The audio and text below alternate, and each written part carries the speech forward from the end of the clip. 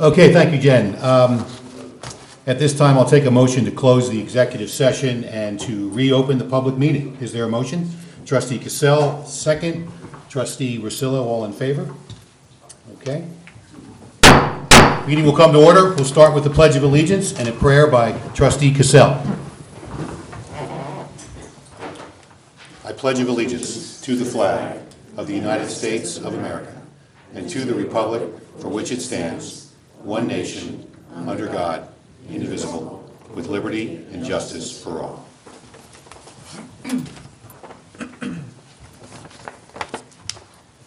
Once again, our village is mourning the loss of a lifelong resident, Robert Scaparrotta.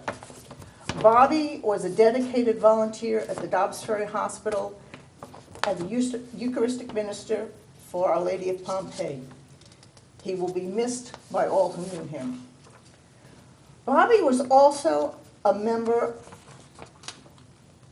of our village's generational families, those whose parents, grandparents came often from other countries to make Dobbs Ferry their home.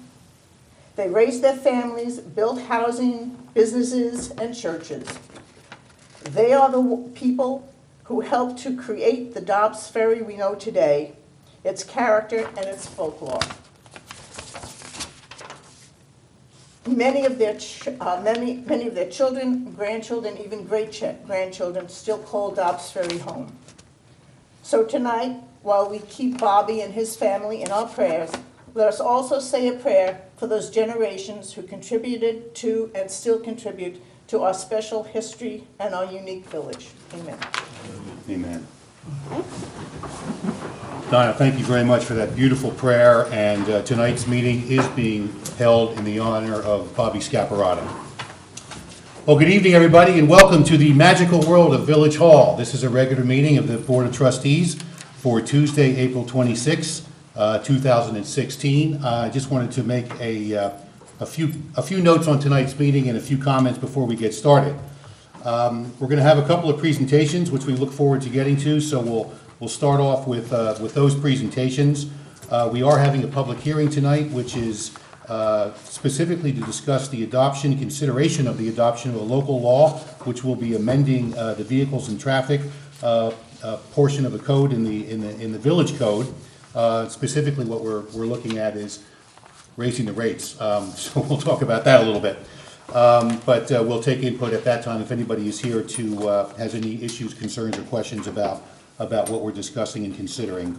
And then we'll get to courtesy of the floor. So if you have anything that you would like to address the board tonight, anything that's on the agenda, that's not on the agenda, any concerns or issues or ideas you have, that will be the time. If you're recognized, once you're recognized, please come to the microphone, speak clearly into the mic, and give your name and your address so that we have that for the record. We've been having some issues with the microphones the last couple of weeks. We're not really quite sure. I think sometimes it's difficult, and it's a little scary sometimes coming up and speaking at the mic here, but if you can speak into it, so I think it'll make a difference, and we'll have a better sound quality. And then after courtesy floor, we'll get to matters requiring action.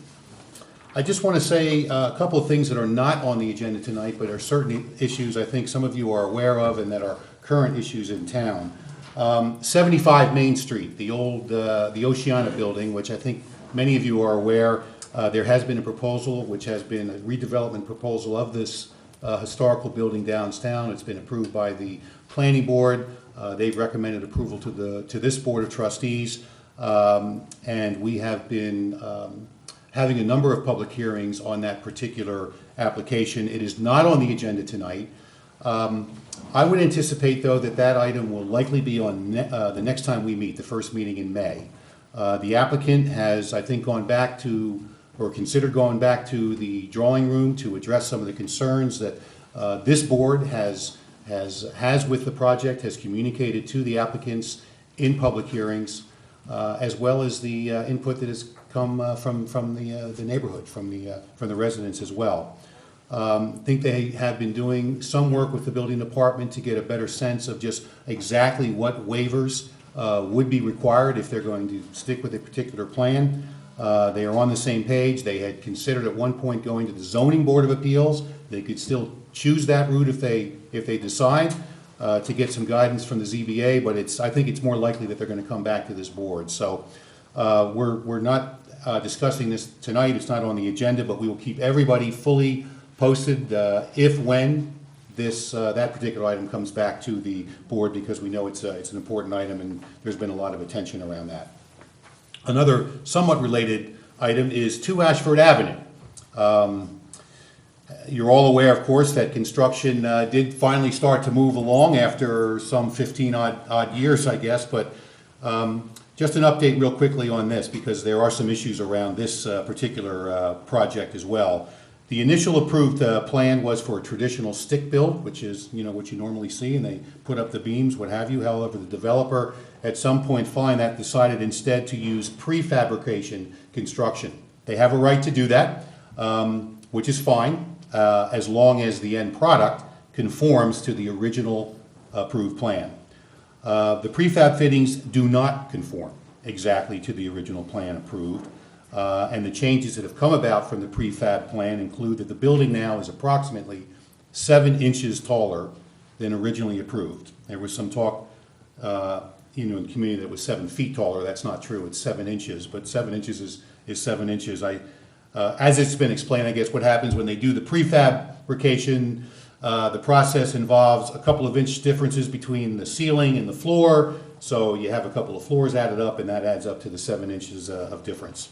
There's also some revisions to the top floor that came about because of the prefab construction. The village did not approve any of these revisions or changes. As de minimis as they may seem, it's still different than was originally approved. So the village has been presented with an issue and is dealing with it appropriately as follows. The applicant is currently before the Architectural Historical Review Board, which is considering revisions on the architectural components that didn't come out exactly the way that had been planned. I understand they're making some progress. If you see the meetings, there has been some progress, but nothing can move forward until the ARB is satisfied that the applicant is going to conform to a point where the ARB is comfortable that it is as good or very, very close to the original architectural renderings. The building department, of course, is also very, very much involved, as along with the village administrator and attorney, who both have extensive professional experience in these matters. These things do happen from time to time, but to determine the best way forward beyond the architectural issues that the AHRB is dealing with, and which will be in the village's best interest. So I think a lot of you are aware, most of you are aware that this property has sat empty for 15 years in our gateway. It was an incredible eyesore. The Board of Trustees, the Planning Board, the Architectural Review Board all unanimously approved the development of the property in 2011. It had gone through a long, long series of public hearings and starts and stops, but in 2011, a permit was issued. And I think that the majority of the residents, are hopeful that the AHRB can work with the applicant so that the building can be developed in a way that is, to the satisfaction and to the best interest of all of Dobbs Ferry. But this has to come about with the ARB's approval. So they're working on that right now. And we will keep everybody posted on this. But the building department is dealing with this, and the AHRB is going to be dealing with this, and that's the best place for this issue to be with. But we just want you to be aware of the facts.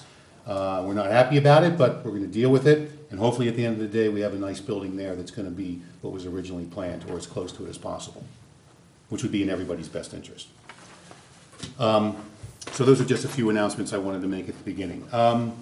Okay, let's get to our presentations. We're very pleased to have with us here today. I know we got a lot of Eagle Scouts here and Boy Scouts. It's great to see you guys. I know you've been here before. I know every time you come here, it's usually because one of you or your group has just done a tremendous project in the village that we're also very, very proud of everything that you do, and you should be very, very proud of what you represent as the youth that are giving back to the community and giving such a great example to the other youth. We have with us tonight Nicholas Saraceni, and who we're going to present some recognition to. And I don't know which one is Nicholas here. There's Nicholas. Nicholas, I got to ask you if you could come before the board and with the public here, if you could just give us a little bit of background of what you did and how it came about.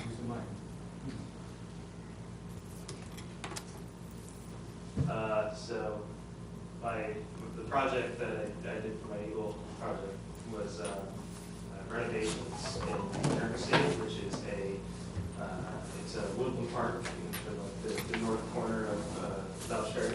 So what we did was we went in and I saw that there's a lot of erosion happening on the trail, so it results stuff to stop it from happening. So we went in and we did about 300 feet of these erosion bars and stairs throughout the entire 2 miles of trails, and then we added a new trail in another part of the park as well, to sort of open up that whole section as well. I would like to thank the village for making this happen, and especially Matt around, sort of making this a reality. I'd also like to thank the troop and members of the community who came out to help. So thank you guys. You were a big part of this. Yeah. Well, Nicholas, don't go anywhere. I know that this is a big deal. When they undertake these projects, and there's been a number of projects that Eagle Scouts have done. I know, Bill, you've been a big promoter of this as well. There's a lot involved. They come before the board before anything gets done with a proposal that Nicholas did some time ago. It's very well organized. It's very well presented. It's really kind of a presentation, a business plan, if you will, to make the pitch before the board, which has to approve these types of things. So there's a lot that goes into it just in terms of planning and the idea and then the execution of it. So, congratulations, Nicholas. A great project that certainly makes an enhancement to our community. And as I said, it's just a great example that you provide and show through your actions, leading by example that really we're very, very proud of all of you and the supporters and the parents and moms and dads who stand behind your program. It's tremendous what you all do. Bill, I know you may have a few things to add too as well. Yeah, no, great, Nicholas, congratulations, great job. I always talk about how some of the Eagle Scouts, Michael Bloomberg, J.W. Marriott, Sam Walton, they all reflect back on their Eagle Scout project of how what they learned from their project to really take forward in life and build successful businesses. And you certainly have taken the first step here in achieving Eagle Scout, so congratulations. And we look forward to great things from you in the future, Nicholas, so congratulations. And Nicholas, we have something we'd like to present you here, a certificate of appreciation to Nicholas Adam Saraceni with grateful recognition on behalf of the Village of Dobbs Ferry for achieving the rank of Eagle Scout. And it's signed by the mayor and the rest of the trustees here, so we want to present this to you, Nicholas, and congratulations again.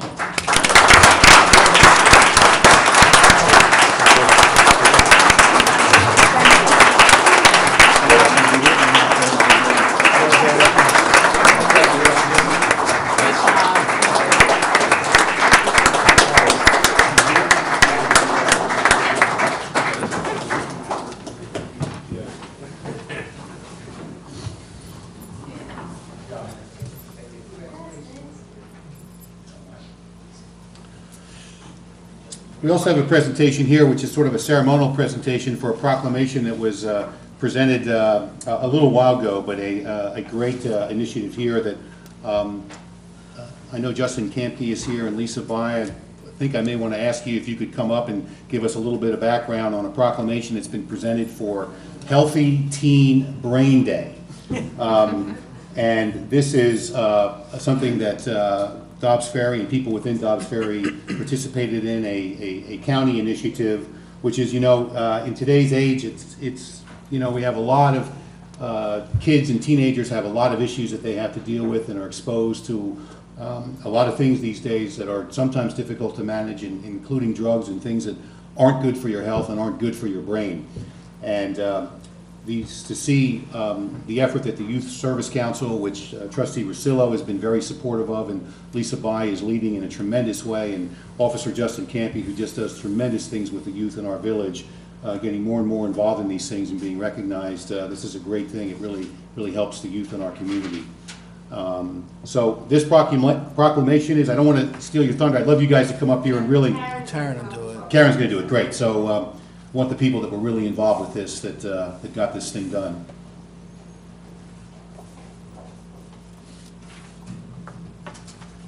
So for those of you that don't know, a lot of the Dobbs kids are here. I was just. Karen, you got to introduce yourself and just so everybody knows who you are. Oh, On the watching. That's all I have to say. Yeah, that's it. Just Okay, so for those of you that don't know, I was just hired as the coalition coordinator for the Dobbs Ferry Youth Services Council. And I just have a quick, short speech about the 420 Proclamation. So, in the past years, the date of April 20th has become known as the day when young people get together to smoke marijuana. The Dobbs Ferry Youth Services Council and other coalitions have joined together to raise awareness and educate the young members of our communities about the risks associated with marijuana use.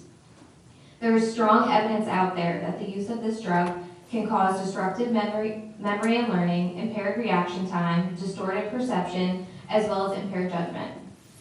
A vast many municipalities join forces over this common concern, and in an effort to reclaim this day as a day of prevention, we've issued proclamations declaring April 20th Healthy Teen Brain Day. Students from the Dobbs Ferry High School joined together with about 100 other students, parents, healthcare professionals, and coalition's representatives from around Westchester to participate in a press conference in White Plains. Along with the Westchester County Executive, Robert Astorino, we were successful in declaring that day Healthy Teen Brain Day. This proclamation from our local government will alert our community to the potential risks and send a strong message to our youth that we support the health of their developing brains.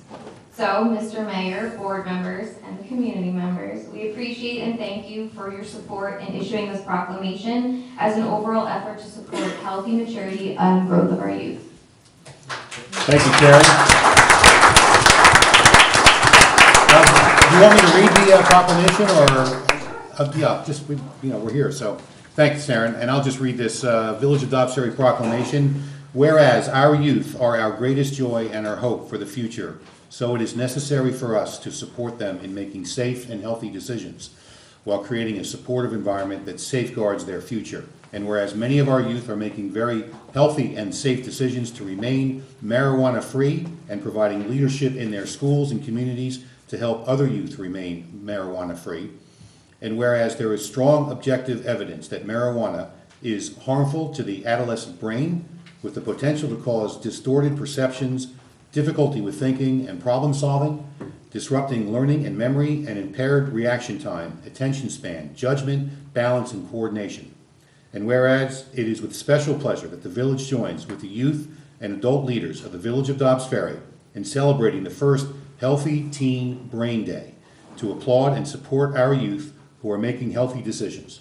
And whereas, on behalf of the citizens of the Village of Dobbs Ferry, I am pleased and proud to join all associated with the inception of Healthy Teen Brain Day and urge all citizens to acknowledge this very important day.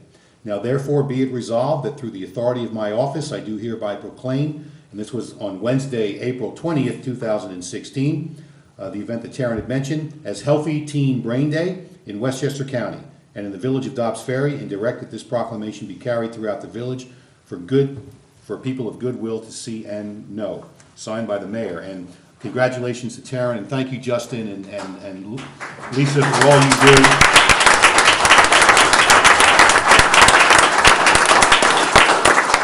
It's really great. And again, kids over here, I mean, you know the issue, you know the deals, and I think you're setting an example for good brains, and what you guys are doing is very, very healthy, and we want to see more kids doing what you do.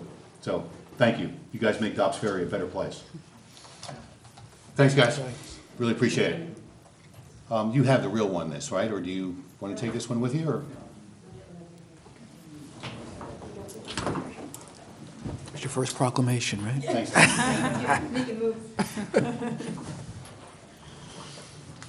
Okay, great stuff. Okay, now kids, we're going to start talking about the really boring issues that we discuss each week. So, you got homework or something that you guys want to get back to? If you want to watch village government in action, stick around, but you're welcome to go. Thanks.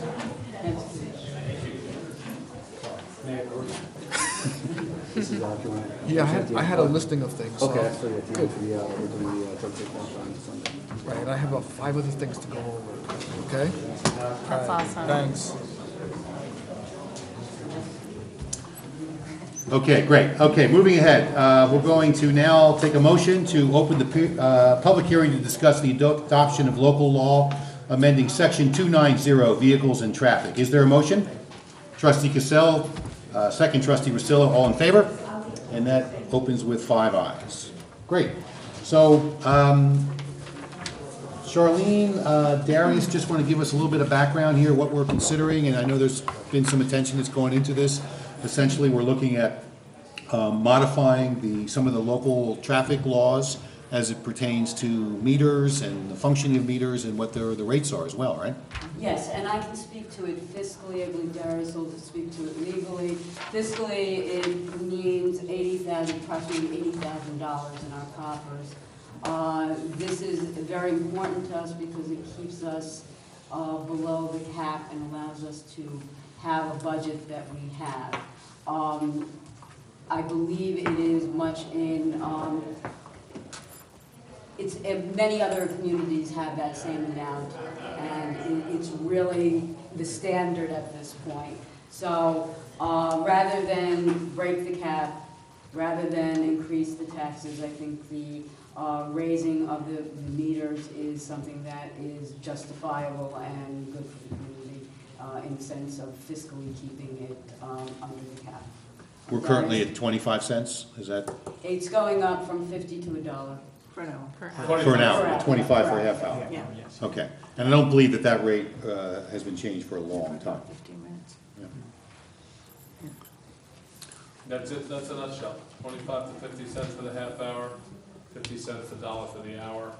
There are 9 a.m. to 6 p.m. are going to be the vast majority of the times for most of the streets. The only ones that are not are Palisade and High, which is going to be 8 a.m. to 6 p.m.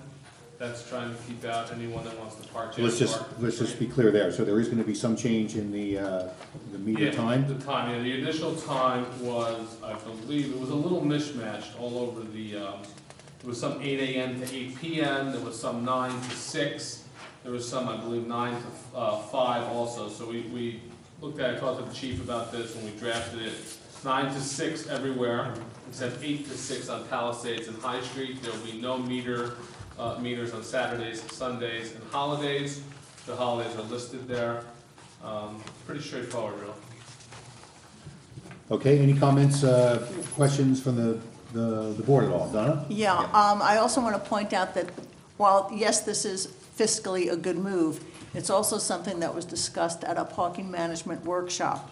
By increasing parking meters, it's hopeful that those who used parking meters to park at all day long will maybe be encouraged to move so that those residents and those business owners who are now not turning over the spaces and not providing access for shoppers to our downtown will purchase and use the Central Business District permits and the Central Business District area.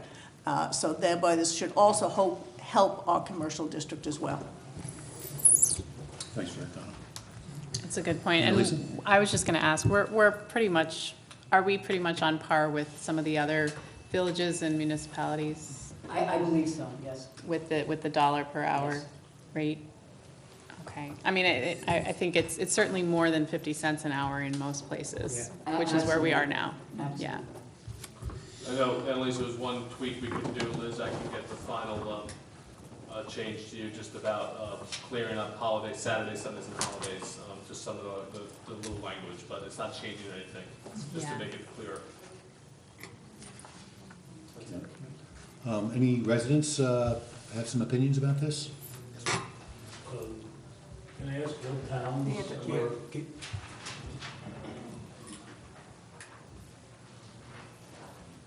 Good evening, David Parker, 100 Cedar Street. Can I ask what towns this was being compared to?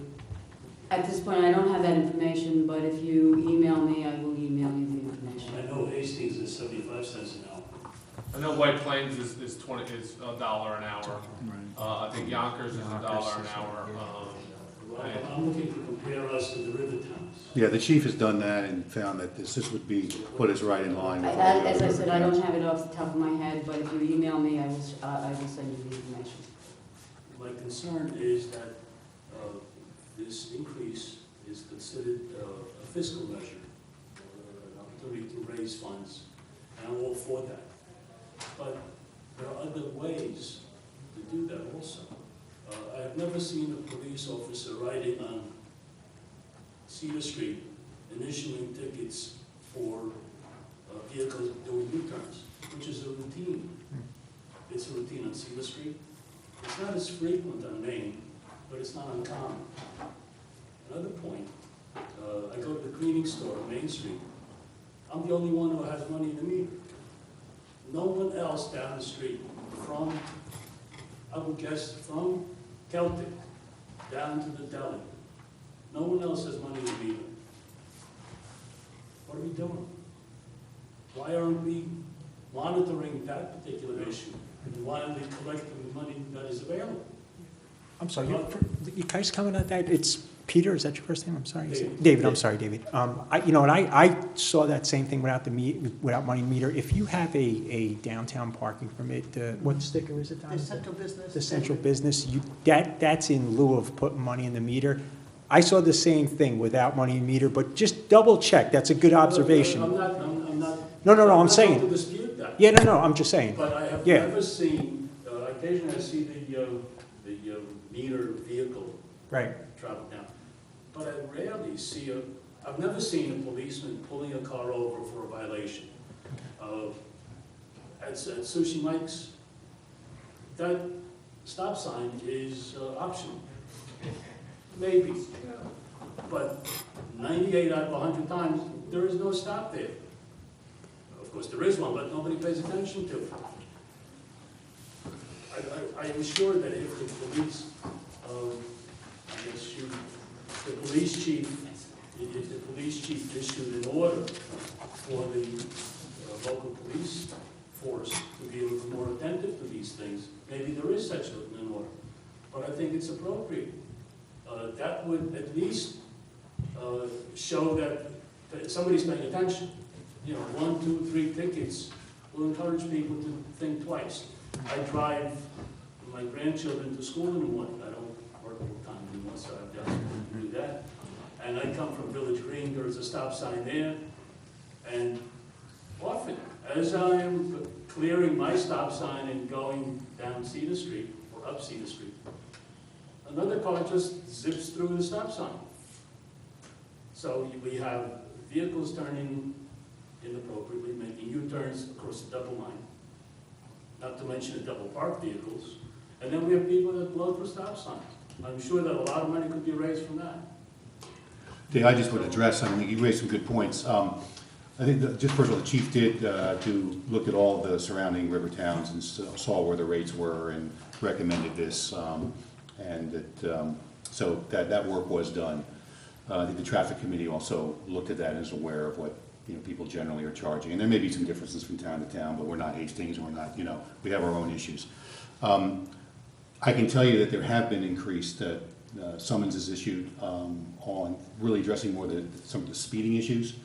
So there are more police have been put on the street, and that initiative order, if you will, was put out a couple of weeks back, and there's been a significant increase in summonses. They can't be everywhere all the time, but your points are well taken, and we'll take that up with the chief for sure if there are some downtown issues that should be watched. I know the exact corner you're talking about, and see people moving around through Sushi Mike's. It's a tricky corner, but that one could be looked at a little bit more closely, and certainly, I'll tell you, the parking, the meter parking people take their job very seriously. There's a lot of money that comes in on the route, and they do write tickets to people, so the numbers would seem to indicate that tickets are being written. Doesn't mean that there couldn't be more, but they try to balance it. I can tell you that I also do get quite a bit of emails from people that are really, really unhappy when they get a ticket, so I know they're being written. But it troubles me when it takes me a long time, to get from the corner of Main Street down to Broadway, traveling on Cedar. And when I learn as I move up the traffic queue, when I learned that it's because there were 2 cars making U-turns, and they were following, that was this evening, they were following each other, they were going to a restaurant, and there were 2 of them making a U-turn at the same time. we'll take that up with the chief. No, it's good. Thank you. Thank you. Thank you, Dave. Thanks for your comments. Appreciate it. Anybody else care to address the board on this particular issue or have any thoughts or ideas? Okay. I just have one more question. Does anyone know if our meters take the coins, the dollar coins? Or would Betsy know that? No, I'm sorry.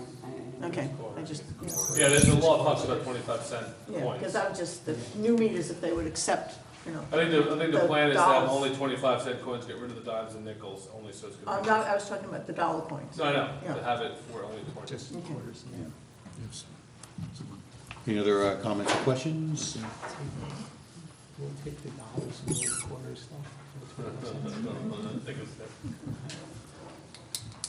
Hey, Matt McCormick, Ogden Avenue. The meters don't take dollar coins, Thank you. and that's an issue. You're looking for a cost-effective way to do this, and meters are antiquated. I mean, the kiosk system that the city uses that you're starting to put into the back lots is really what should be on Main Street. Those do take dollar coins. Moreover, that would give somebody, the enforcement, the ability to keep people 2 hours. Say you're at Space 93 and it's a 2-hour limit and you put in $2. When you go to re-up it and redo it, there's a way that it can get redone, but it could also not spit a ticket if you have to put your plate number in. If you put in the same plate number you put in and it has to be punched in, this way they can't park, and you can enforce the 2-hour limit. This man made some great points. I think you could make more money on enforcement than raising the fees. If you enforce the 2-hour limit and ticket it, you could make more money than raising the fees, in my view. I also think that you're not going to get double the money. Say you're getting 10 on all parking, you're not necessarily going to get 20. When you get less people parking, you might only get 18. So budget-wise, you're going to find out if this is a boon or a bust. Many municipalities have other areas that are rated differently in town, that are less premium. Premium spots in town are Cedar, Maine, maybe even Palisade for the train. But some of the other meters may not be premium meters. And they could be at 75 cents an hour, giving the people the choice. So if they're going to spend time doing lunch, they can pay a little less if they keep it off of the main street. This is what's happening in the Yonkers. If you go to the north end, it's 25 cents for a quarter hour. But if you go into a lot, you get 20 minutes for 25 cents. So there's strategies with this that you guys aren't even scratching the surface on that you need to investigate because it can be done a little bit better. Raising it is great, but you're going to price out a lot of people in the village. You may not think that, but Ardsley is less, Irvington doesn't charge at all. And Tarrytown has a system that's tiered, where in the main streets, the meters are more, but the lots are less. So over time, people are going to take that into consideration when they shop.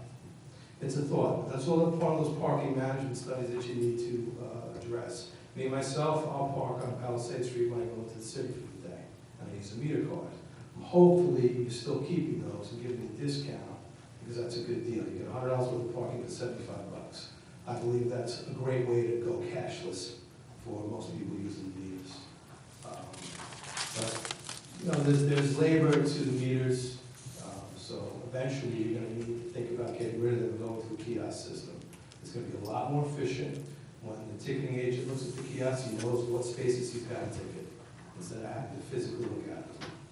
It's just a better way to go in the long run. You're doing it in the back lots, but you got to think about it for the main streets. You're just going to allow credit cards, it's going to allow dollar coins, it's going to allow dollars, there's going to be less cash to check. They even have certain systems where you can do it with an app and you can pay on your phone. And that's the way of the world these days. So a lot of ways to consider doing this. I hope you get the money you're looking for. In my view, I just don't think you're going to get it. I think you're going to get less people coming to town. You're going to really think about not going to lunch. That'll make people happy, actually. I think that'll make a lot of people happy. That could very well you know, be, I but think it's not you gonna get- make you get- necessarily, yeah. you know, Businesses would be. businesses are very sensitive to that, you know, so. Another thing they do in Tarrytown, which is interesting, you have the 30-minute meters here that are red, they have yellow ones in there that are for 15 minutes. That's just specifically just for 15 minutes of parking for in and out. And there may be locations in town that would be good for that. Matt, Food for thought. thank you very much for your comments. You made some really excellent comments there. Thank you very much. Patty? I think those are, Patty Steinschneider, I think those are really good comments. Donna and I and a bunch of others have been talking about this for a while. We had a great meeting here last summer that was talking about parking in the village. We have a lot of things we need to do. I think the ideas of the kiosk, the more sophisticated systems, we need to move in that direction. This can be thought right now as a revenue enhancing program, but I think what it really needs to be is understanding to price by the demand so that we can have the spaces on Main and Cedar freed up more because people have to pay more money there. As was suggested, taking some of the other streets and letting them, the lots, you save money if you park in those other places. We need to move to that. This is a great first step, but I think we need to get working on that more. I know we were going to do this enormous study, which we haven't quite gotten done. But I think we need to get back to that to make it happen. Thanks. Thanks, Patty. Anybody else care to make any comments or address the board? Well, thank you. Those are all really, really good comments. I think the kiosk definitely for, it's a different part of the strategy, but that's already being thought about, and I think there's some applications for that, not just downtown, but the waterfront. So that is being discussed, and it does seem to make sense that that would be the way forward in terms of technology and give you more options. But there is a supply and demand issue too. And there's a lot of demand for parking, so we'll see. This is not just purely an economic decision, but economics is part of it. But there's a lot of demand for parking, so I'd be surprised if it came off too much. We're not anticipating it's linear and it's going to be double, but it certainly will help a little bit. Any other comments or? Just that I had mentioned at one time too, but maybe just making the parking lots 75 cents. But I guess we can always go back, if we do this now, we can always go back to that if we think we need it. Sure. And maybe the kiosk, when you start looking at how you would do that, it would give you that flexibility to have more different types of rates and pricing. That starts to make it a little bit more complicated too, and I think, one of the things we've been hearing is don't make it too complicated, and some of the things we've been trying to do sometimes seems like we're making it more complicated. But.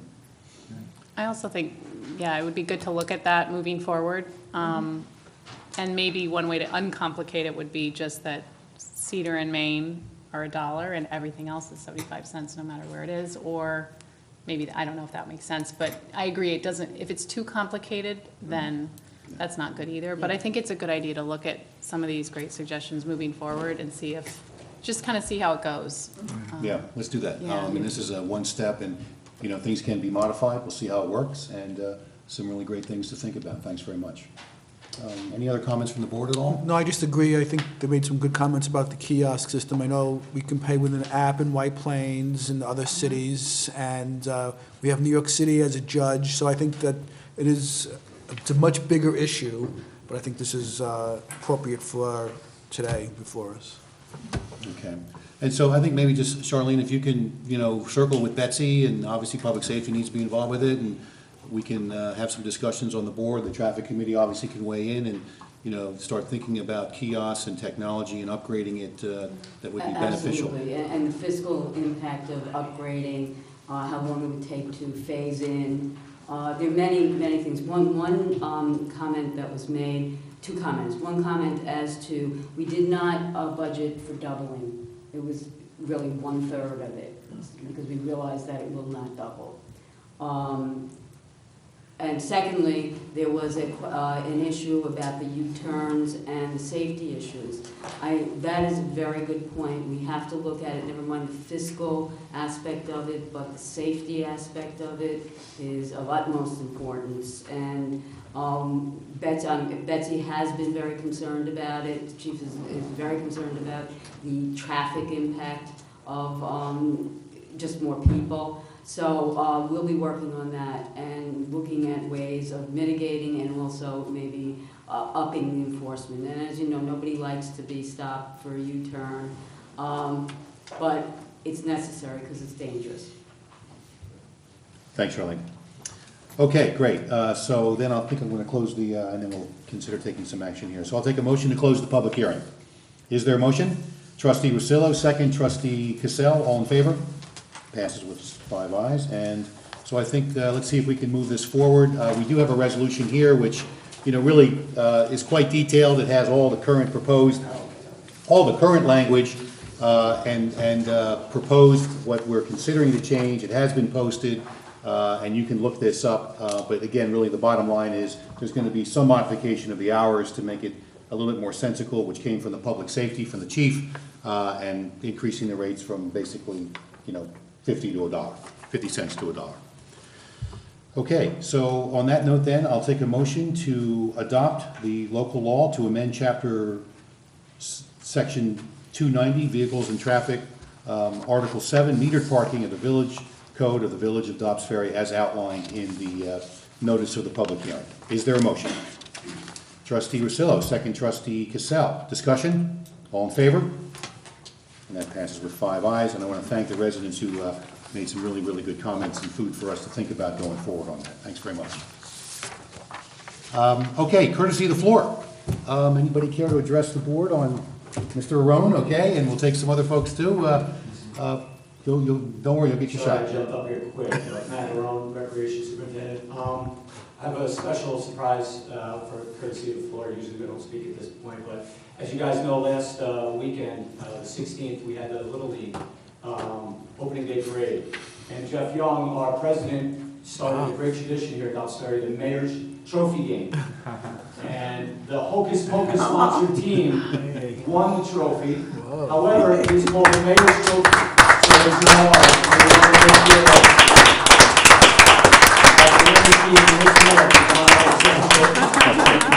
I always wanted to give you the trophy. It is yours until next year, and the next year the next team wins. But the Hocus Pocus boys were very proud of their victory, close victory, and they wanted to present you with the trophy. Hey boys, how are you? Good. Congratulations. What was the score? 7-2. Oh, nice. That checked pretty well, huh? Well, listen, why don't we do this? Why don't we stand in the middle here so parents can take some shots and pictures? This was such a surprise, the opening day ceremony for the Dobbs Ferry Youth Little League Baseball Parade, which starts spring off officially every year. What a great idea, Jeff, and your board does a tremendous job with that program, and this is really great. Really, it was so nice. And congratulations to you guys, huh?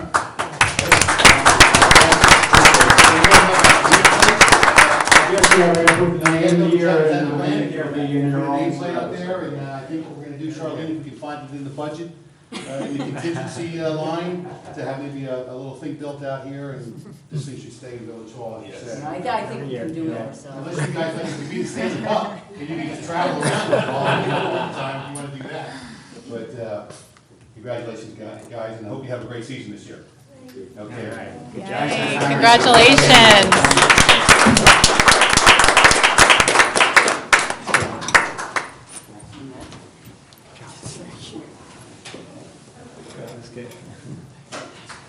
They're quiet outside. They were so Can't quiet. believe it, right? Very cute. Wow, that's so last one. They're so quiet. That's great. Okay, moving on. Well, I wish all the meetings were like this, right? That was so awesome. Dark room, people are here, it's just so positive, and It's only downhill from here, Mayor. I was thinking the same thing. It's you nice gotta meeting. appreciate when you get one of these nights, right? Just sit back and appreciate it.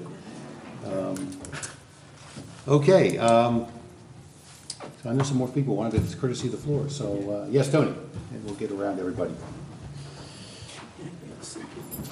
It's going to be a tough act to follow. I know, Tony. Tony Losi, BPL. I'm here to present to you and ask for your everyone's support to show up to support Senior Week. Dobbs Ferry's 12th annual Senior Week is coming up May 9th through May 13th.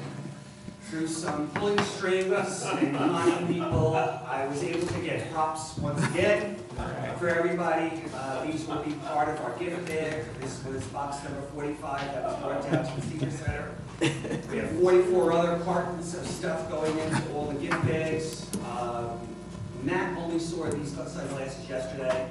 Abby and Florette have not even seen these yet. If they're watching TV, they have. Well, now they have. You should have gotten the readers, the reader variety. That's what we need. The board is the first to get these. I try and get something as a promotional item every year. My family has donated these this year. And we hope to see everybody. We have a lot going on. As you can see, thank you to our village administrator, our village clerk for helping me put this up here. As you can see, we have a lot going on, free lunches, free parking, free almost everything, poker, bridge, mahjong. We have a cooking class coming up, we have beading coming in, we have so much stuff coming on that it's hard to keep track of everything.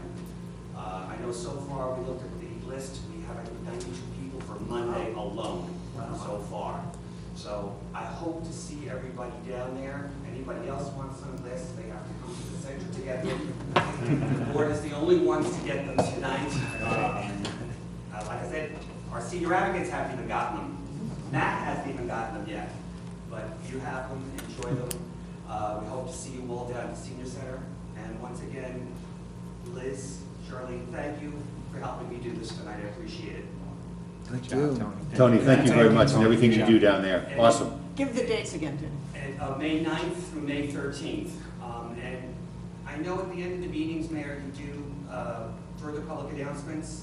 If you could once again promote Senior Week, I would greatly appreciate it. Yeah, Trustee Corrales is going to get on that at the end of the meeting for sure. Yeah, we'll make another announcement and we'll put out a newsletter beforehand to get that. Thank you more very out much there. for putting that in your newsletter. Yeah, of course. The brochure that I designed with Abby and Brett. Yeah, it was good artwork. I was very glad to see that came out as well as it did in the newsletter. Thank you so much for doing that. I was glad to see you get that, so. Well, that's great, Tony. Thank you very much and we look forward to seeing you for Seniors Week. I will be there. Okay, good I stuff. will be at the tables. All right. Thank you. Thank you, Tony. Thank you, Tony. Yeah, we're getting all kinds of goodies. Yes, ma'am. And then one more, right? Okay. What are we getting now? More stuff, looks like. Good evening. Good evening. My name is Nitisha Moore from the American Cancer Society. Thank you so much, Mayor and Council, for allowing me this space to speak to you tonight. I'm here representing the American Cancer Society as a survivor. I'm the community manager here for the, as we're calling it, the Quad Villages, which is made up of Ardsley, Dobbs Ferry, Irvington, and Hastings. And we're having our Relay for Life walk, which is going to take place at Mercy College on May 20th. It's an overnight event. It's a fundraising walk. The premise behind it is that because cancer never sleeps, neither will we. And so we'll be out there, we'll be walking, we'll be celebrating survivors, and I need your support. What we would like is to actually be able to post signage around the village in areas of high traffic to let everyone know that this is going to be happening over at Mercy College here in Dobbs Ferry. I also have some flyers for all of you and anyone else who would be so kind as to share this information. However, you can help us spread it so that we can actually have the community involved. It's a community event.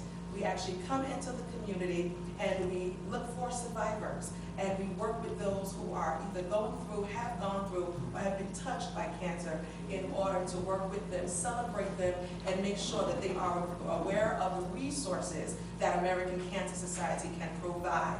There are tons of free programs that communities just don't know about. So this is our way of coming into the community and making sure that you're well aware of everything that we have to offer. Great. That's awesome. Thank you. If you could, Liz Draper, village clerk, could take those flyers, and do you have that in like any kind of a artwork at all? I do. Like a file? I do. If you could also get that to Liz, and she could maybe give you her email address, and we'd be probably, I think it's okay that we can put that on the village, on the newsletter. Well, we may have some issues with that, just in terms of what we're allowed and what not allowed to do. But we'll promote it in every way we can. We know this is something that has been done every year, and it's great, and we'll give you as much support as we possibly can. Charlene, can you work with her in terms of where the signs can go? And Yeah. we have some, Actually, we started- we've got signage, Yes, you know, yes, we got yes. signage laws, so we have to kind of watch that. But Yeah. any way we can promote optically this, we definitely will help you. I appreciate that, thank you. And good luck. Thank you. Okay? Thank you so We can all, much. as many of us can do that. Okay, yes. Good evening. Debbie Cooper Smith, 21 Maplewood Avenue, Duxbury. I have lived at that address for 21 years, and before that, I lived on Riverside Place for 10 years. So I've been a Duxbury resident for 31 years. First time I'm in front of the board, and I am here because I want to address the noise laws. And in August, my husband and I had written a letter to the board asking the board to take a look at the unnecessary noise ordinance and to perhaps broaden it, because there's what seems to be an arbitrary distinction between noise that emanates from any establishment and noise that emanates from residences. And that distinction does not exist in any of the other towns where I've looked at the village code. There is, Mr. Russillo, we had. You had sent me a letter, right, and I said Well, that, you had responded to the letter that you our sent to the letter, board, right. And I had sent you an email a couple of months ago, and my husband had called you. Yeah, I've been out of town, so I just got back like 2 hours before the meeting, so. Okay. Thank you.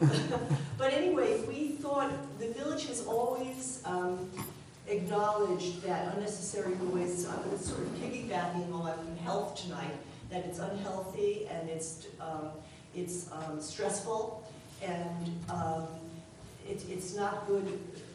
It's not good for anybody. And we've done such great things with the leaf blower laws and with the motorized, lawn mowers and things like that in construction. There's no construction on Sundays, and but we haven't really addressed noise from residences. And the EPA addresses it, and they say that noise is bad for your health, but they have left it up to municipalities to enforce these kinds of things. We live on small parcels of land, and noise from neighbors are, can be, if they're not, if there's nothing in the code that addresses noise from neighbors. And Irvington goes as far as addressing noise with people with pools. They even say people with pools have to abide by the laws, noise laws in their village. So I think it's about time that that we sort of see what we can do in order to help people, to help the residential community. So Debbie, you've written a letter I wrote that we not all of us responded to, or we didn't all get back. Well, Mr. Russillo had kindly written back to my husband and I. Oh, okay, so he got the letter, or got Got the whole got some board, correspondence, He okay. got the letter, we wrote it in August, and I spoke, Okay. I spoke with trustee Cassell right after that. Okay. And have been trying to sort of figure out how to deal with this in a way where it benefits all of us, the whole community. Because noise is a stressor, it really is. And all the other towns around, except for Hastings, but Bronxville and Yonkers and Irvington and Ardsley, town of Greenberg, all say that noise emanating from vocal noise can be very disturbing. Well, I'll tell you, why don't we take a look at it? We'll have the village attorney look at it and see, how that might conflict or what issues there are in the code, village administrator, and we'll take a look at it. I have to say, I don't think we've heard a lot of these kind of issues, but a lot of times it's between neighbors too, isn't it? Yeah. Yes. So- You don't call. And, but I'm not saying that can't be a problem too, Yes, so. right. But we'll take a look at it and, get some advice, legal advice, and just see what we can really do to address and see if we think there really is a problem. That would be great. So- I mean, it would be very, I think it would be good for everybody. I mean, Yeah. we do, I think in our town feel that serenity is part of the reason why people want to move here. And, it's certainly good for health. Definitely. Okay, well, Thanks, thank you. Debbie, thanks very much. Thank you. We'll follow up. Anybody else care to address the board? Yeah, Patty? Patty Steinschneider, here with Chamber hat on. Tomorrow night is our chamber meeting down at Hudson Social at 7 o'clock.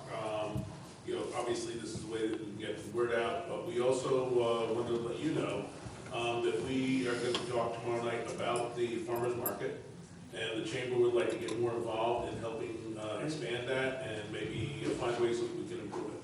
So we're looking to discuss it tomorrow night and hope to be back with some recommendations at your next meeting. Great. Thanks, Patty. Anybody else care to address the board?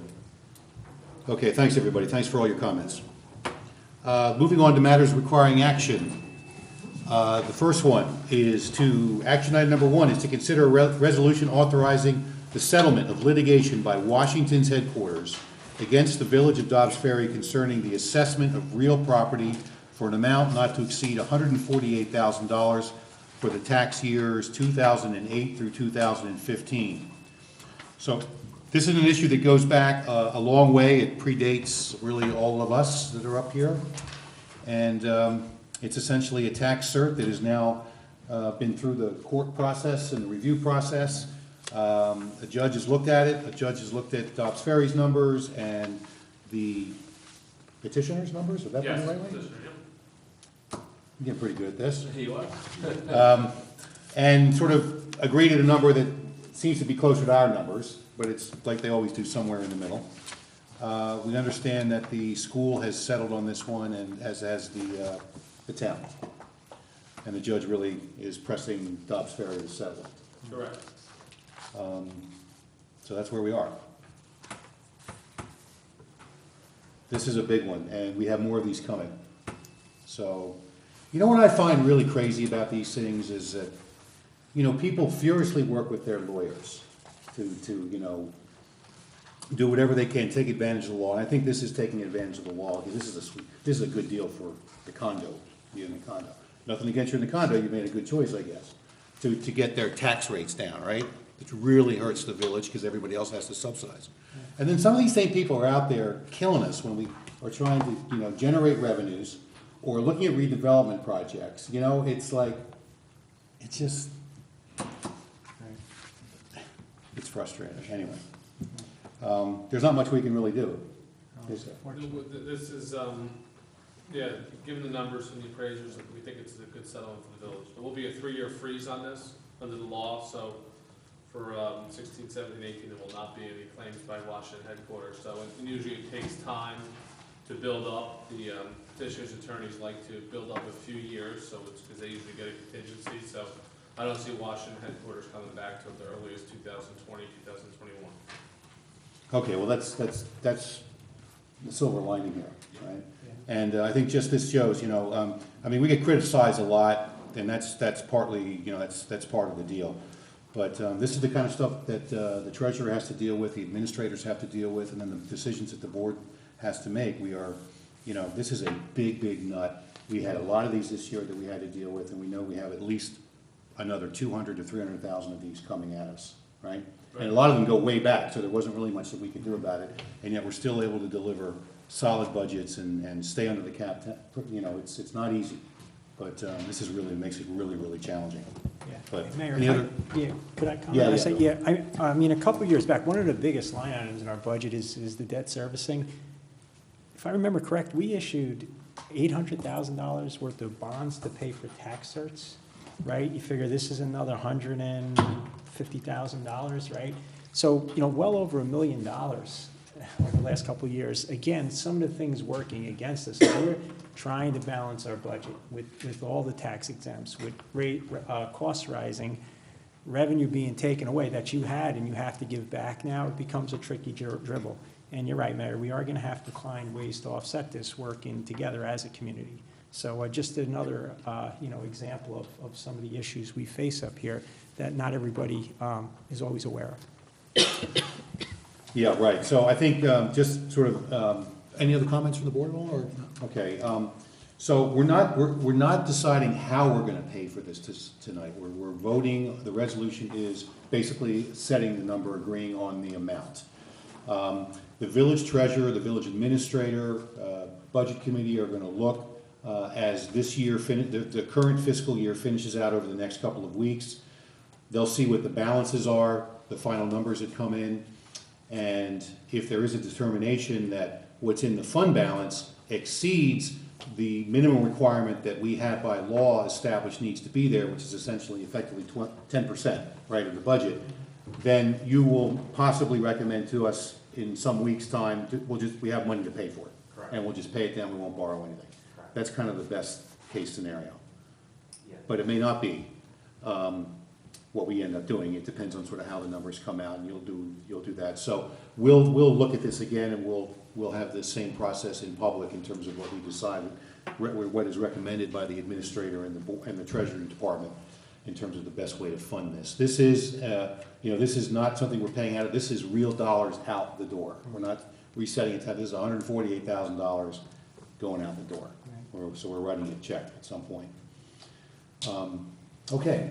Well, that's that. So I know nobody wants to be the first to raise their hand on these deals, but let's just move past this one as quickly as we can. I'll take a motion to authorize a settlement of the litigation of the Washington's headquarters against the Village of Dobbs Ferry, and this again is concerning the assessment of real property as outlined in the memorandum from the village attorney and as recommended by the treasurer and the village administrator. This will be for an amount that will not exceed $148,000, and this will be settling tax years 2008 through 2015. The village treasurer will report back to us at some point in the coming weeks to determine the best way for us to fund this. Okay, is there a motion? Trustee Rosillo, second. Trustee Flynn, discussion, all in favor? Okay, pass with 5 ayes. Action item number 2 is to consider a resolution to adopt the final 2016-17 fiscal year budget. By law, we have to adopt the budget by no later than May, so this is the meeting that we need to do it. We typically, traditionally, the Board of Trustees does do it in the last meeting of April. At the last Board of Trustee meetings, the village treasurer presented a really detailed report on the initial budget that was presented at that time. There was a lot of detail in that. I think that budget was that posted on the website? I think we made it available on the website. That was a great presentation, a lot of different aspects of what goes into the planning, but the revenue side, the cost side, and where you had to balance things, and where our tax rates are in relation to our peer villages, and a really good overview. Since that time, there's been more work done with department heads and seeing more where you all could, tweak here and tweak there, and people still had requests and wanted some things, and you were managing that process. The board's been involved. We had a public workshop as well that the public was invited to, and we went through not every single line, but we went through a lot of lines with the department heads to get a better sense of their budget and their needs and priorities. So here we are. I think, Jeff, I'm just going to turn it over to you to kind of just give again an overview of what the budget looks like and what the tax rate will be. Okay, so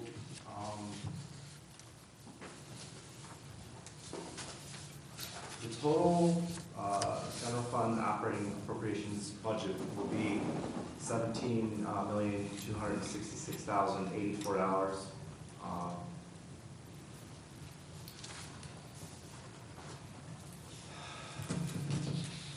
The tax rate, once you've approved this tonight, will be $241.3620. That's in the resolution. We have that in the resolution. Correct. No, that's changed. Okay, 241. Oh, it went down a little bit, Yes, right? it went Yeah. down a little bit, 241.2678 per I'm sorry. thousand, which works out to be about a 0.14% tax rate increase year over year from last year to this year. And it's about $70,000 increase in the tax levy from last year to this year. Right. And I think as you explained and, you know, it's important for us to do is that we are staying under the New York State tax cap regulations again for the 6th consecutive year, which I think this was the hardest year. This absolutely was the hardest year to do it because you were faced with, we settled union contracts, which do tend to upset things a little bit, at least in that fiscal year, the tax certs, and, but on the other hand, we had some positive news and some revenue items that were coming in due to the redevelopment projects that have really helped to kind of balance things out a little bit. And, Absolutely. so that's the bottom line. That's it. Okay, any other comments? Charlene, you want to add anything at all to? Yes, I want to add a really good thanks to Jeff and Betsy, the chief, for the work they put in this budget, making me able to administrate the village. I know it was a very, very hard job, and it was a very, very hard job for the Board of Trustees to look at all the various issues and determine what were priorities, because everything obviously is a priority when it comes to safety, health, and welfare of the village. Also, as it's stated in the resolution, whatever's in the budget as to a requested amount for personnel is obviously subject to decisions made by the board, which will be in the budget as of tomorrow morning and be specified. So, just on that point, in terms of the resolution, do we need to specifically address a line item or? I think we can just say with personnel items, as it says in the resolution, that it is not specific as to what's in the budget at this moment. It is a tentative budget, but will be in the adopted budget, which will be produced tomorrow. Okay. Okay, any other comments or questions from the board at all? I know I joke at the beginning, and you know, this is the magical world of Village Hall, and you know, it is a magical place, but this was almost like a magical budget, but it's not magic and smoke and mirrors. It's hard work, it's roll up your sleeves, it's 24/7, 365, it's year round, it's a lot of planning, it's, you know, meeting with department heads, it's saying no to things. It's not always easy to say no. It's the help of the budget committee, which we talk about a lot, and working well with them and the staff, and just an overall approach that we've had, you know, since 2010 has really helped out. So, Jeff, congratulations, a really great job done, and the interim village administrator, we know Betsy did a great amount, but Charlene, you've had a good contribution in a short amount of time here. It's really been phenomenal, so thank you. I did not thank Bob McLaughlin, who was a tremendous help, not only in this, but in even as to the choice in another resolution as to the insurance company, the broker that we're choosing. So. Okay, great. So on that note, then I'll look for a motion to adopt the resolution, or consider a motion for a resolution to adopt the final 2016-17 fiscal year budget as outlined by the village treasurer and the village administrator. And just, you know, read just to be clear here, the Board of Trustees, and this is part of the resolution, has met at the time and place specified in the notice of the public hearing on the tentative budget and heard all persons desiring to be heard therein, and we did hold that public hearing. Therefore, be it resolved that the tentative budget as herein set forth is hereby adopted, and that the several amounts stated in the column titled adopted in Schedule 1, which is, where was that page? I think that's on page 5 of the that starts on page 5 of the master final column to the right, which is really just all the totals being added up, all the various lines, together with the amounts set forth as required for the payment of principal and of interest in indebtedness, be and are hereby appropriated for the objects and purpose specified, and the salaries and wages stated in Schedule 5 of such budget shall be and are hereby fixed at the amounts showed therein, except for personnel whose salaries are still being negotiated. That's the point that you make, that we're still going to have that in a modified adjustment. Those are relatively small amounts, but there was some discussion, late discussion on that we'll get into the final budget. And just, Liz, so we have that, you know, as part of the minutes when we adopt the minutes the next time, so that they'll be there and people can see that. Jeff outlined that further be resolved, the tax rate will be $241.2678 per thousand. And then just some final wordage there, that the clerk will send out the tax bills for the above-mentioned taxes to all property owners of records at their last known address, and then we sign off on that, so. That's the motion. Or that's the resolution, sorry. Is there a motion? Trustee Cassell, second. Trustee Flynn, any further discussion? All in favor? Okay, that passes with 5 ayes. Good job, guys. Great budget. And once again, we're coming in with one of the lowest, if not the lowest tax rates in the whole region. Good stuff.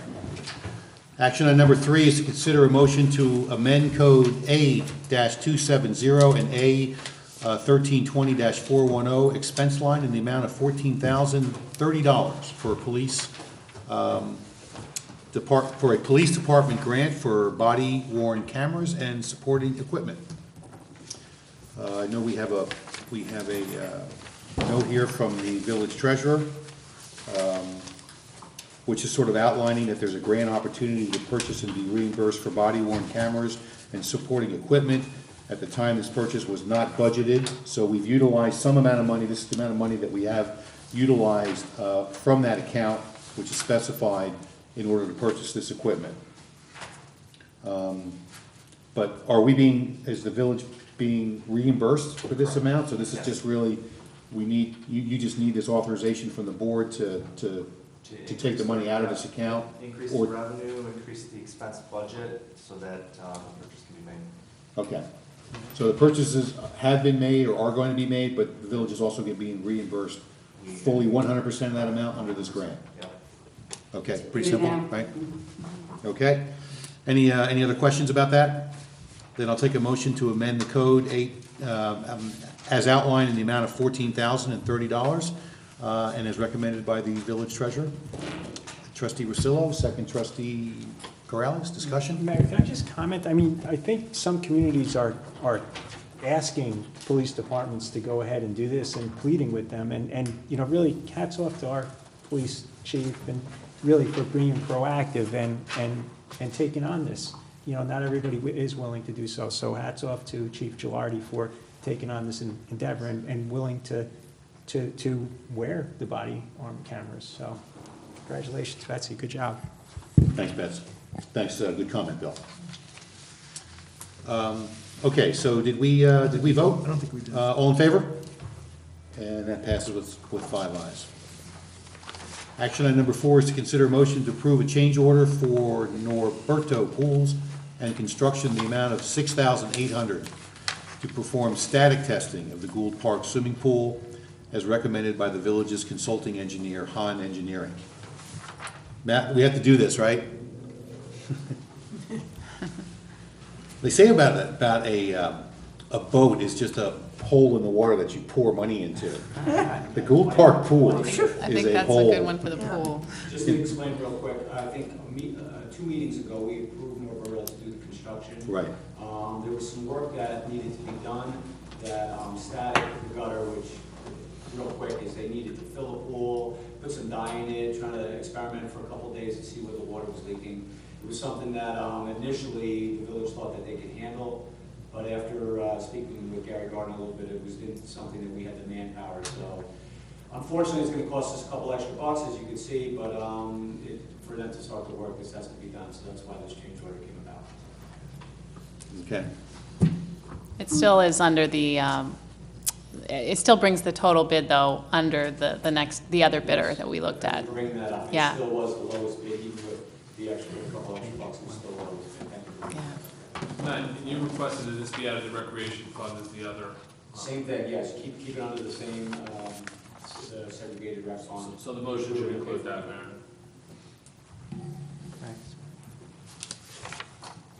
Okay. Thanks, Matt.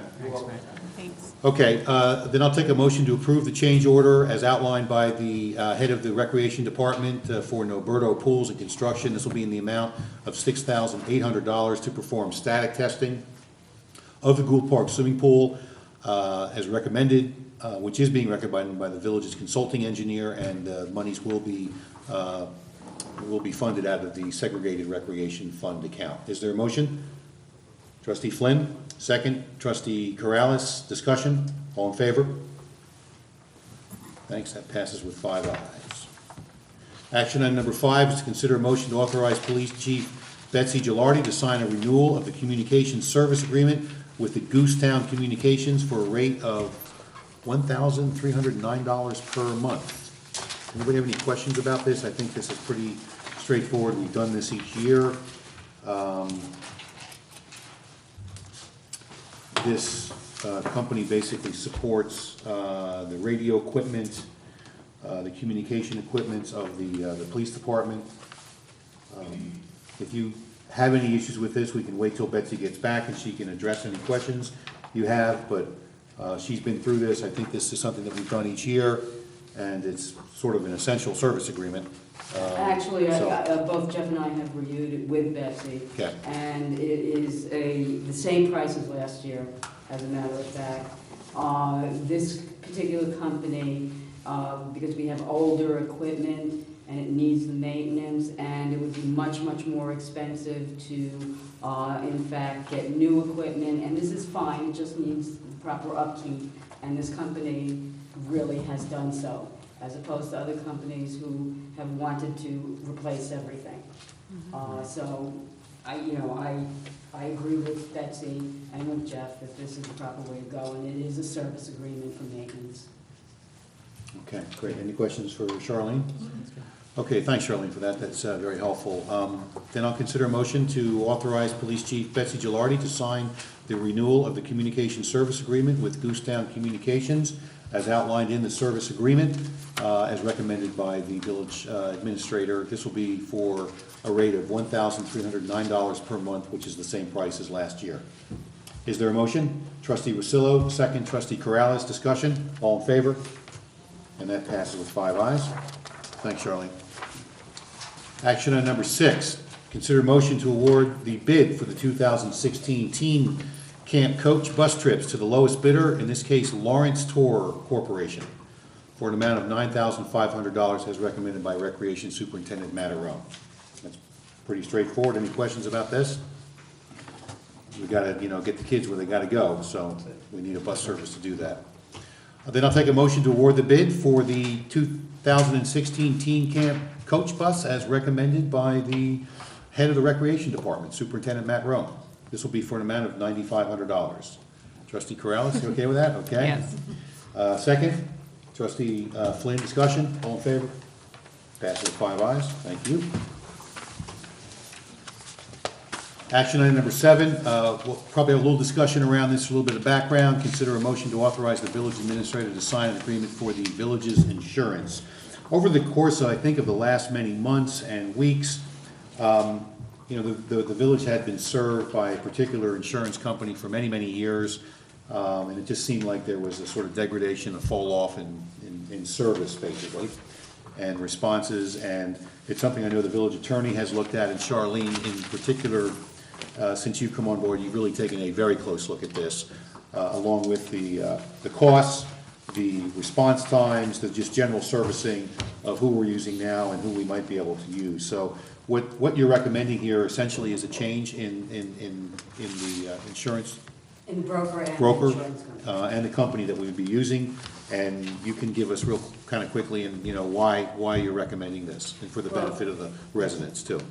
Actually, it is the lowest bidder, although in insurance and service such as this, one does not look to only the lowest bidder or even the lowest responsible bidder, but actually the service that's rendered.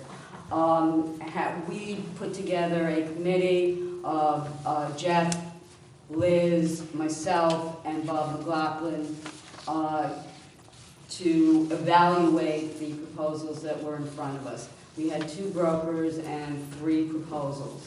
The insurance amounts, coverage, the status of the companies, past performance were all looked at, and it was determined that NYMER and Comp Alliance for the Workman's Comp would service our village best.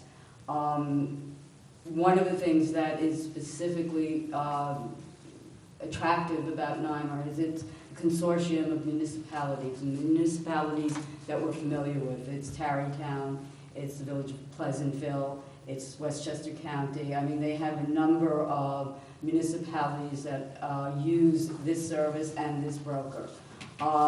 In truth, they also have a great deal of training that's specifically directed at local municipalities rather than like state agencies or whatever.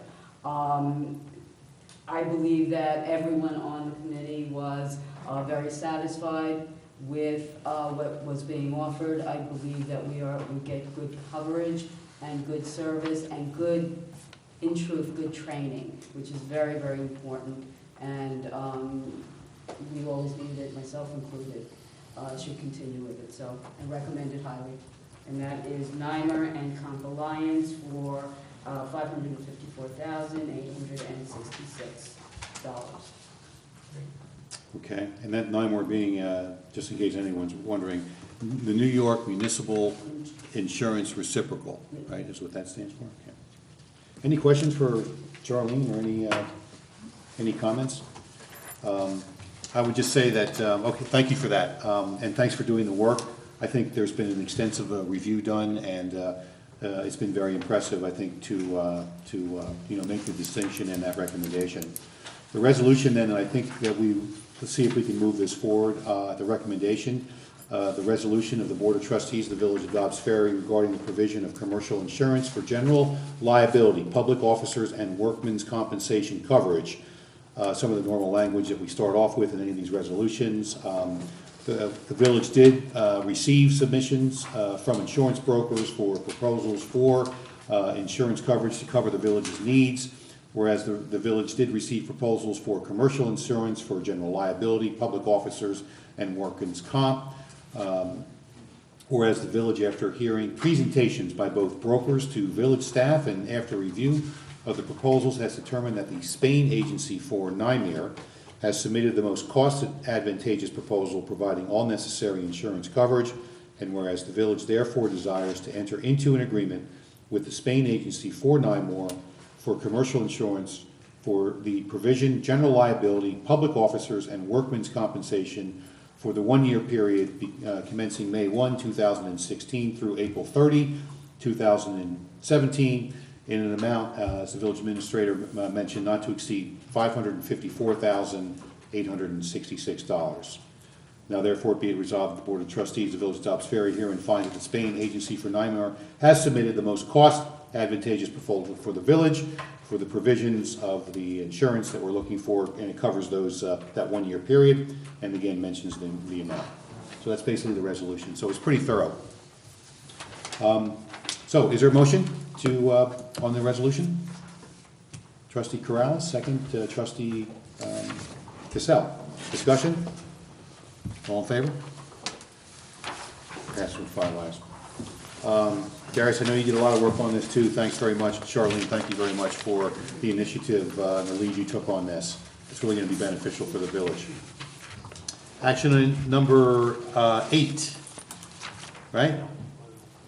Yeah.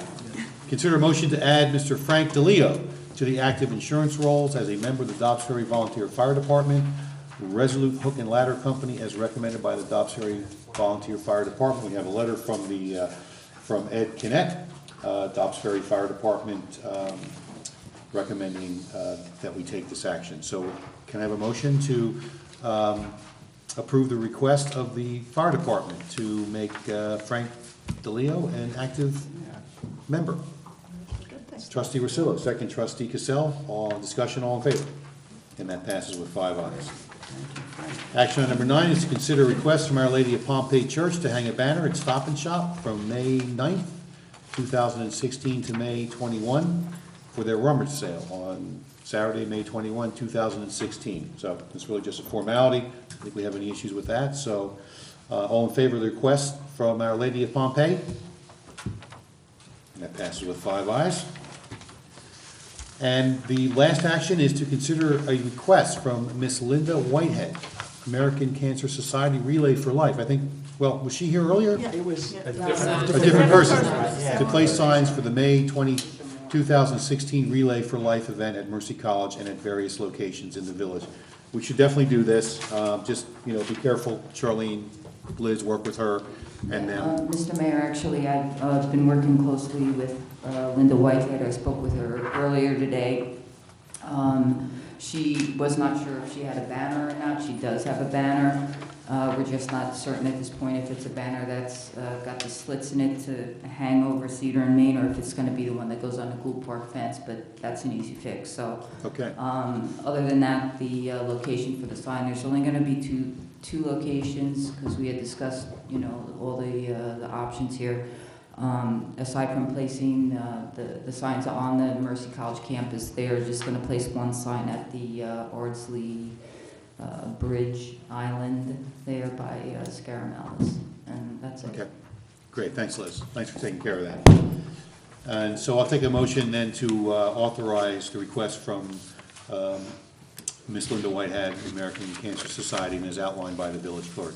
Is there a motion? Trustee Rosillo, second. Trustee Flynn. Discussion, all in favor? Great, that passes with 5 ayes. Thanks for looking after that, Liz. Let's move to the minutes. This will be to just review the minutes for the regular Board of Trustees meeting for April 12th, 2016. I just had a question here on the executive session. Yeah, that I don't topic remember wasn't discussing discussed. Livingston Ridge property. I thought we discussed the, We didn't have time. we did the Yeah. landing. We didn't have time. So I would strike that, but we did discuss the easement and the landing. Isn't that what we discussed?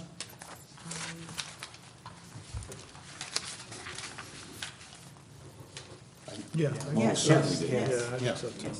So Liz, I think we didn't discuss the Livingston Ridge property, Old Rudy's. We discussed the easement and the gate lot at the landing. That's what we discussed, the litigation relating to, I guess, so strike to the board discussed litigation relating to, and then strike the Livingston Ridge property, Old Rudy's, and replace it with the easement and gate lock at the landing? Okay? And personnel matters. That's the only thing I had that I saw. Just one little, it's nothing big, it's on page 10, just the final bullet from 999, that should just be 900. Well, you also have, in the same sentence, you have flea market instead of flea market. Okay, so flea market, yeah, that's a typo. And then what was the other one? 9 o'clock instead of 999. Same Oh, sentence. yeah, okay. Okay, so we'll correct those typos. Anything else? That's it. All right, then I'll take a motion to adopt the minutes of April 12th, 2016, as amended. Is there a motion? Trustee Rosillo, second. Trustee Cassell, all in favor? Great, they've been adopted with 5 ayes. Correspondence and claims, we just want to recognize that the audit number 2 was conducted for the audit approval process, monthly audit approval process. The trustees sitting with the village treasurer to just go over and review and see firsthand the fund distributions for the month. And so we just recognize that that was done again this month, and we recognize that in correspondence and claims. So we're definitely adhering to that, which is good. So we're just pretty close to the end here. Any reports or announcements? Bill, you're good? Not really. Donna, you're good? Lisa, Annalisa? I do, I know you do too. I have a lot also. You have a lot? Yeah, go ahead, go. It doesn't matter. Go ahead. Okay. I'll go in chronological order. So just, this is for the Recreation Department. Registration for summer camp is still ongoing at the community center until camp begins. That's for junior, senior, and teen camp. So definitely contact the Recreation Center to register. We also have on Sunday, May 1st, Community Cleanup Day. That's 12 noon to 1 p.m., and it's going to be at Gould Park, Waterfront Park, Memorial Park, and behind the middle school.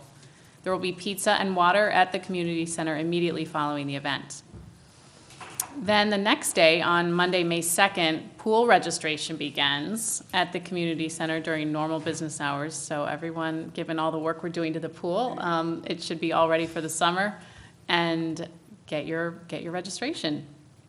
And then, as you heard earlier, Monday, May 9th through the 13th is Senior Citizen Week. So Senior Week, you saw the info that's up on the screen. There's going to be a lot of events, free entertainment, lunch, exercise activities, a vendor expo, and much more. There will be a grand finale Friday dinner dance. So for more information, call 693-7792. And just so you know, that's from 11 a.m. to 1 p.m. every day during that period. And finally, the ice cream social will be on Friday, June 17th from 6 p.m. to 8 p.m. at the community center. That's a fun event. It's $3 per child. Thanks. Excellent, thank you, Annalise. Great. Excuse me, Mr. Mayor, if you don't mind, if we could just go back to the previous item on the audit too, as presented by the treasurer, if we could just get a vote on that to accept. Oh, do we need to do that? Yes, sir. Oh. Thank you, Liz. So I'll take a motion to accept the audit approval as presented by the village treasurer. Is there a motion? Trustee Rosillo, second trustee Corrales. Discussion, all in favor? And that passes. Thank you. With 5 ayes. Thank you. Thanks, Liz. Ready? Yep. Okay. The Dobbs Ferry Youth Services Council and the Dobbs Ferry Police Department are hosting National Prescription Drug Take Back Day, where you would turn in your unused or expired medication for safe disposal. You can turn in these drugs at the Dobbs Ferry Police Station on Saturday, April 30th, from 10 a.m. to 2 p.m. I have flyers. I don't know if we can post them or whatever, but I'll pass them down. Yeah, I have a lot more. The Dobbs Ferry Youth Service Council also is going to receive a No Place for Hate award.